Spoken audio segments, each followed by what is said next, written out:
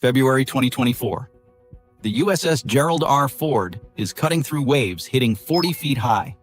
That is a 4-story building of water slamming into the bow every 30 seconds. The ship pitches 30 feet bow to stern. It rolls 15 degrees side to side. This is the kind of weather that shuts down every port on the East Coast. 7 decks below, Chief Culinary Specialist Marcus Chen from San Diego is managing something that would terrify every chef on land. He is preparing dinner for 700 people with industrial ovens at 450 degrees. He is managing 80-pound pots of boiling oil. And he is doing it on a floor tilting like an earthquake simulator. One mistake, and that pot becomes a lethal projectile. One slip on a wet floor and someone goes into a 450-degree oven. The steam tables are bolted down. The pots are chained. And dinner does not stop. Because this is not just one kitchen. Across the ship, 6 more galleys are doing the exact same thing simultaneously. 17,300 meals today. 17,300 tomorrow. Every single day for the next 90 days straight.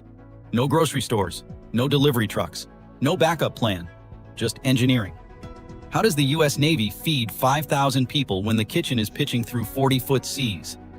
And what happens when failure means the mission ends? The answer is not courage or determination. The answer is 50 years of American engineering that solved a problem other navies have not figured out yet. This is the technological foundation of ocean dominance. And the math proves it. 11 nuclear carriers operating 90 days each equals 990 days of continuous presence. China's 3 conventional carriers operating 30 days each? 90 days total. That is an 11-to-1 advantage. Not through luck, through engineering. If you want to understand why American carriers control every ocean, it starts here. It starts where technology conquers nature and systems replace hope. Most people think carriers run on nuclear power. Real experts know they run on logistics. Type logistics in the comments if you want the truth behind the propaganda. Today we are breaking down 3 technological pillars that no other navy has replicated. Nuclear power providing unlimited operations. Stabilization systems developed over 5 decades. And industrial logistics enabling 90-day autonomy. This is not just feeding people. This is why 11 carriers rule the seas. Let us start with numbers that sound impossible. 17,300 meals, every single day. On the USS Gerald R. Ford right now, the massive culinary complex is producing 17,300 individual meals in a 24-hour period. Breakfast, lunch, dinner, and midnight rations for 5,000 people working around the clock. That is not a restaurant. That is an industrial food production facility that happens to float. The brutal reality is clear. Your local McDonald's serves 800 customers on a busy day. This carrier produces the equivalent of 22 McDonald's locations daily for 3 months without resupply. Consider the USS Truman's 2018 Mediterranean deployment. 1,600 pounds of chicken, 160 gallons of milk, 350 pounds of lettuce daily. Multiply by 90 days. 144,000 pounds of chicken, 14,400 gallons of milk. All managed while moving at 30 knots through hostile waters. The challenge is brutal. Feed a small American town for 3 months from your pantry, while that town is bouncing through ocean storms. Impossible? For every other navy, yes, American solution. 7 parallel industrial galleys. Each one operates 24 hours a day, 7 days a week, 365 days a year. Never stops, never closes. 114 culinary specialists per ship, each producing 152 meals per day. That is triple the output of a Michelin star chef. But this is not a restaurant. These are industrial food production specialists trained to factory standards. Chief Naomi Goodwin managed officer meals during airstrikes. 200 per sitting. The precision required is industrial engineering, not culinary artistry. Manufacturing food at scale on a moving platform. Chinese Type 003 Fujian. 4 galleys, 60 staff. Estimated 12,000 meals per day. Longest deployment is 47 days. They dock to resupply. No storage, no systems. The US does not dock when convenient. We dock when we choose. That is the difference between operating and dominating. Here is the brutal truth about cooking at sea. Power is everything. Running 7 industrial galleys 24 hours a day, 7 days a week requires massive electricity. Multiple warehouse-sized freezers holding 3,000 tons of food at -10 degrees Fahrenheit. Continuous operation of industrial ovens. Desalination systems producing water. Ventilation systems exhausting heat. The power demand would bankrupt a conventional ship. Conventional carriers run on oil-generated electricity. That means rationing. Freezers or radar. Meals or catapults. Limited fuel means limited time. Resupply every 7 days or fail. American solution: 2 A-1B nuclear reactors, each one generating enough power for a city of 100,000 people. Combined output? Enough to power a small state. And cooking uses less than 5% of that capacity. The technical advantage is absolute. Unlimited electricity for 20 years without refueling. All 7 galleys running simultaneously? Not a problem. Every freezer at full capacity? Standard.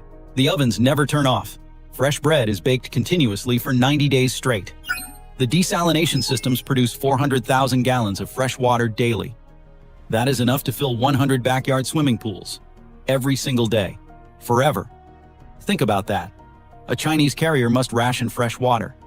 US carriers turn seawater into cooking ingredients with unlimited power. We are not managing scarcity. We are manufacturing abundance.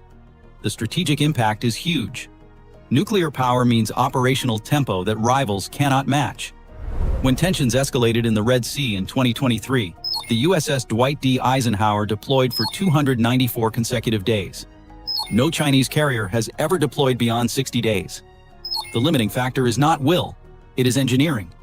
They do not have the power infrastructure. This single technological choice, made in the 1950s and perfected over 70 years, creates a 3-to-1 endurance advantage. That is not incremental improvement. That is generational superiority. France has 1 conventional carrier. The UK has 2 conventional carriers. China has 3 conventional carriers. America has 11 nuclear carriers. Different category of capability.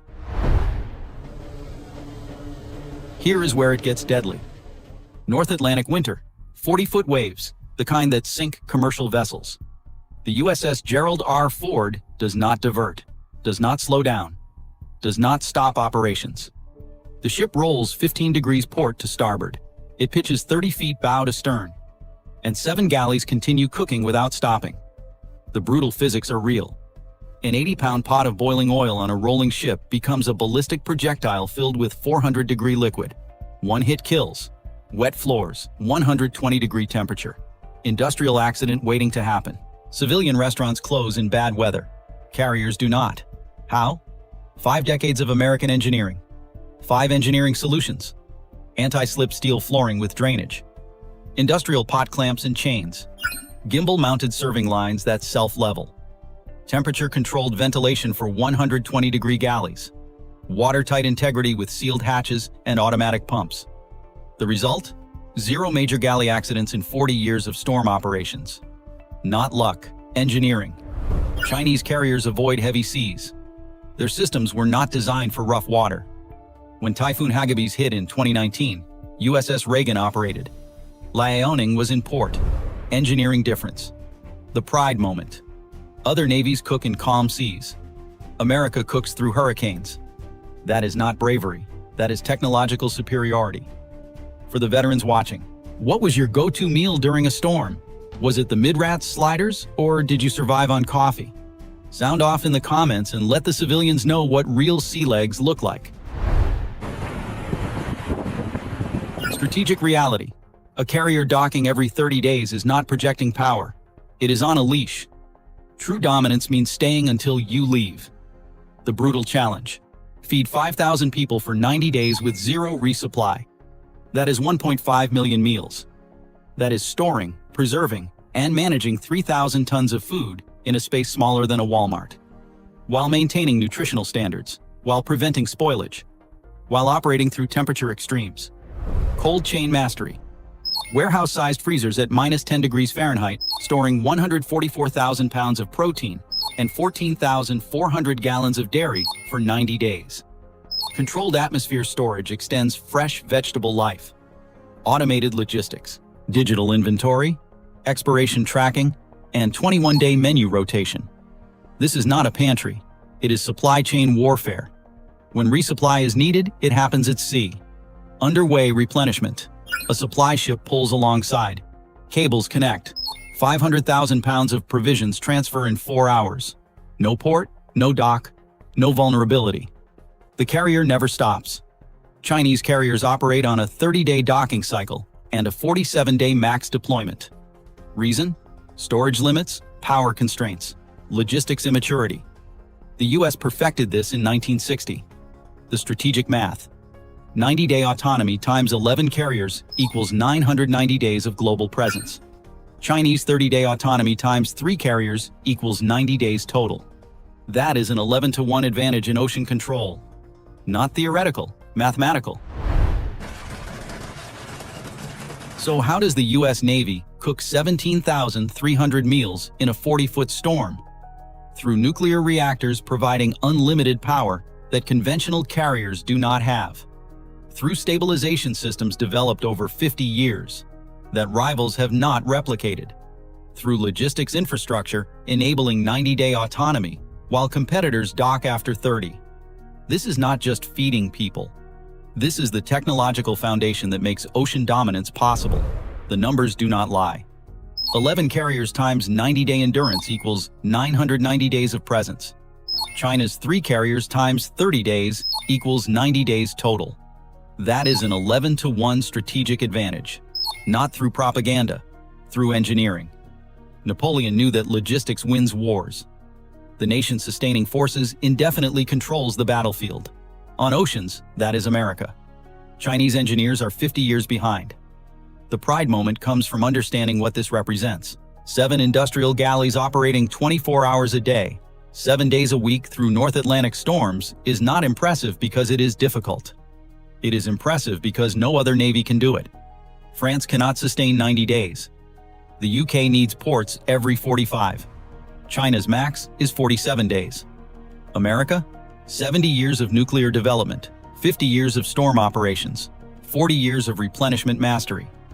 Engineering. Anyone can build a warship. Building it is easy. Feeding it for 3 months in the middle of the North Atlantic while launching 100 combat sorties per day? That is the hard part.